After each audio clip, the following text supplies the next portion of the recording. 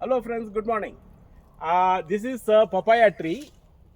You see the branches, the baby papaya saplings are being developed in this mother tree. But it is not advisable.